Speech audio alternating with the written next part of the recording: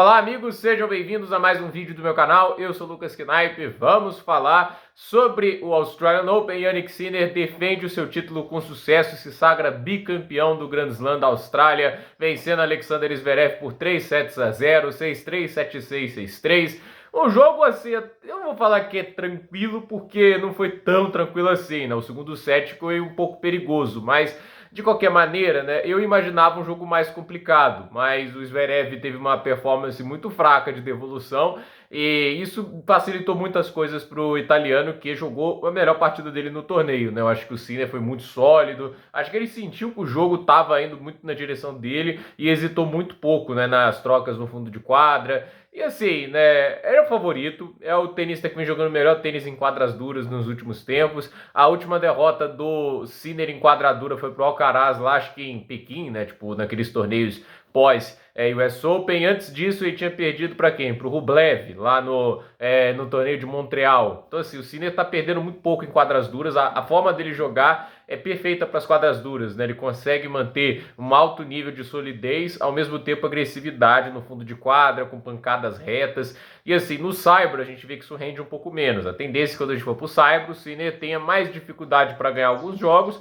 porém ele ainda vai ser competitivo. E na grama é aquele negócio, né? O Sinner se beneficia muito de bater bem em movimento, fazer o open stance, né? Bater o backhand deslizando. Na grama é muito mais difícil fazer isso, porque você corre o risco de deslizar, de estender o músculo. Então você tem que bater um pouquinho mais agachado. E é por isso que, por exemplo, lá no Wimbledon do ano passado, ele não conseguiu, contra o Medvedev, dominá-lo no fundo de quadra, muito por causa disso. Porque o Medvedev, já por natureza, ele não bate deslizando, ele bate agachado mesmo. Então ele muda menos a maneira de jogar para a grama do que o Sinner. E isso foi muito bom para o russo conseguir nivelar o jogo, né? E assim, esse jogo hoje ali, o Zverev precisaria de sacar muito bem, o que eu não acho que ele foi mal, ele até sacou bem, foi quebrado só 2 vezes no jogo todo, mas precisaria incomodar nos games de devolução. E assim, quando o Ben Shelton, que a gente sabe ser um sacador extremamente regular, consegue produzir a quantidade de breakpoints que produziu, e o Sinner ele passou o jogo inteiro sem sofrer um breakpoint, mesmo sacando 58% apenas de primeiro saque,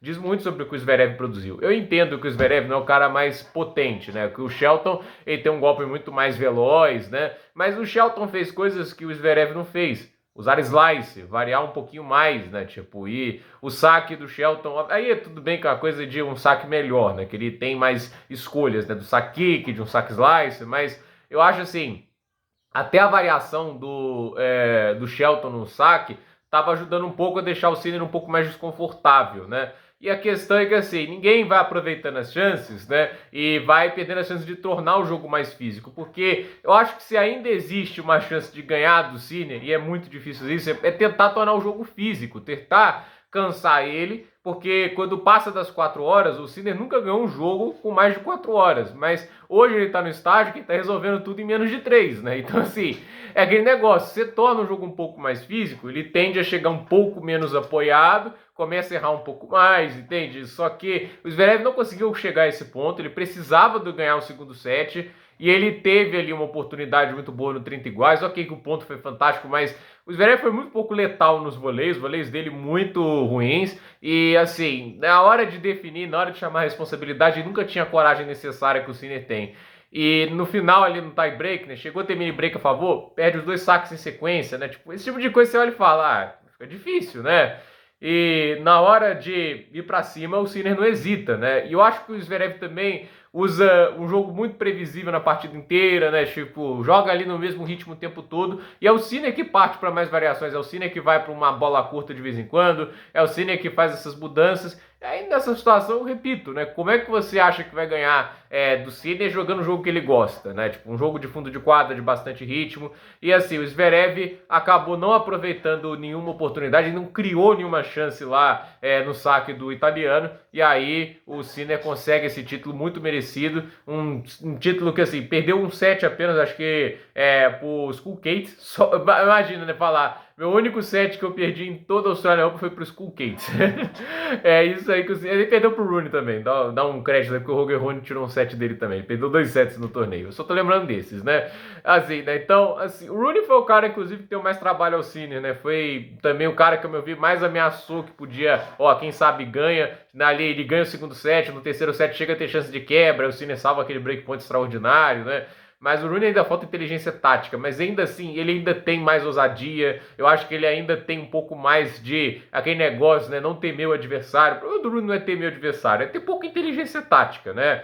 Que no final das contas é escolher melhor as jogadas, né? Saber o tempo certo de atacar, de variar, isso é uma coisa que o Rooney ainda não tem, mesmo com todo o talento dele. Então, essa é uma partida assim que mostra um Zverev que ainda sente muitos momentos grandes e agora o Sinner vai para o terceiro título de Grand Slam dele e vamos ver o que ele produz em Roland Garros. Mas até o fim da temporada, jogando em quadras duras, é difícil tirar o favoritismo do Sinner. É o cara que está jogando melhor tênis em quadras duras. E ouso dizer aqui que não são muitos tenistas que, a meu ver, estão sendo capazes de ganhar do Sinner em quadradura da maneira que se apresenta, né? Ou vai ter que ter uma solidez sobrenatural e segurança do saque. Porque assim, o Medvedev ganhava do Sinner quando ele sacava bem. Porque no fundo de quadro o jogo sempre foi um pouco mais parelho, só que a questão é, na época que ele dominava o Sinner, ele sacava muito melhor que o italiano, e isso aí contava, né? Hoje o jogo inverteu, né? Se o Medvedev voltar a sacar, eu acho que ele ainda pode ameaçar o Sinner, né? Tipo, que no fundo de quadro ele até faz muito mais contra o italiano do que o alemão fez hoje. Pessoalmente, eu penso dessa maneira,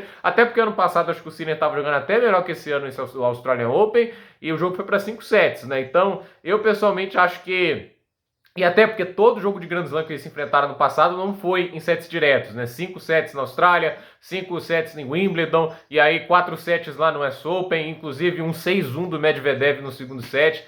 É aquela história, né? Tipo, eu acho que até o Medvedev, mesmo sendo um cara muito mais defensivo, até ele tem um pouquinho mais de ousadia de ir um pouco pra cima e ser mais ofensivo do que o Zverev foi. Que o Zverev, assim, ele pode até tentar ser agressivo em alguns momentos, mas você vê que ele nunca tem a convicção pra meter a mão de forehand, né? E assim, quando ele vai tentar em momentos não tão propícios. Então, eu pessoalmente ainda acho que o Zverev sente demais esses momentos grandes, mas de qualquer maneira, né? Tá aí chegando longe nos torneios, a ver o que acontece em Roland Garros, né? Que é a melhor chance dele para ganhar Grand Slam, porque Saibro é uma superfície que ele joga melhor do que a quadradura. Vamos ver o que ele apresenta lá, né? Mas eu acho assim pro Zverev, né? Para mim o problema não é perder a final, porque o Sinner para mim já era favorito, mas acho que o problema é não ter oferecido um grande desafio, né? Porque pelo menos contra o Alcaraz ano passado, o desafio foi duro, ele levou para 5 sets. Esse ano, né, o Zverev acabou parando bem rápido assim nessa final. A chance dele era ali no tie-break. O Sinner deu aquela sorte no 4-4, a bola na fita, mas ainda assim não é como se ele estivesse muito melhor no jogo. Em nenhum momento eu senti o Zverev melhor, né? Talvez a maior chance ele fosse fazer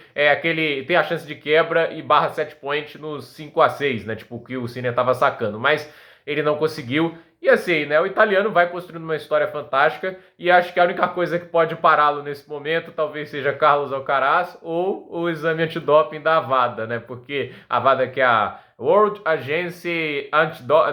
Anti-Doping Agency, né? Que está querendo uma suspensão de 18 meses no mínimo para o Jannik Sinner. Isso pode acontecer dependendo do resultado do recurso que sai lá por meados de abril. Até lá ele joga tranquilamente em fevereiro, março, então deve aí jogar mais 2 Masters 1000 como grande favorito. A mesma coisa vale para os ATPs 500 e 250 que ele vai jogar, né? Acho que só 500, não acho que ele vai jogar 250. Então, gente, por esse vídeo é isso. Dúvida nos comentários, deixe seu like, se inscreva no canal, compartilhe esse vídeo. Parabéns a Jannik Sinner, bicampeão da Australian Open, terceiro título de Grand Slam. Ele é tricampeão de Grand Slam como Stan Wawrinka, ele é tricampeão de Grand Slam como Andy Murray, ele é tricampeão de Grand Slam como Gustavo Kuerten. Ele já se iguala a nomes desse calibre na história do tênis, que vamos ser sinceros, não é pouca coisa. Se ganhar Grand Slam fosse fácil, o próprio Zverev já tinha um monte, porque assim, tênis ele tem, mas ganhar Grand Slam não é uma coisa fácil. Então, é um feito espetacular, está aí no alto nível para conseguir vencer os últimos 3 Grand Slams de quadradura, inclusive, há de se dizer isso, nos últimos 3 da quadradura é o Sinner que reina soberano. Então,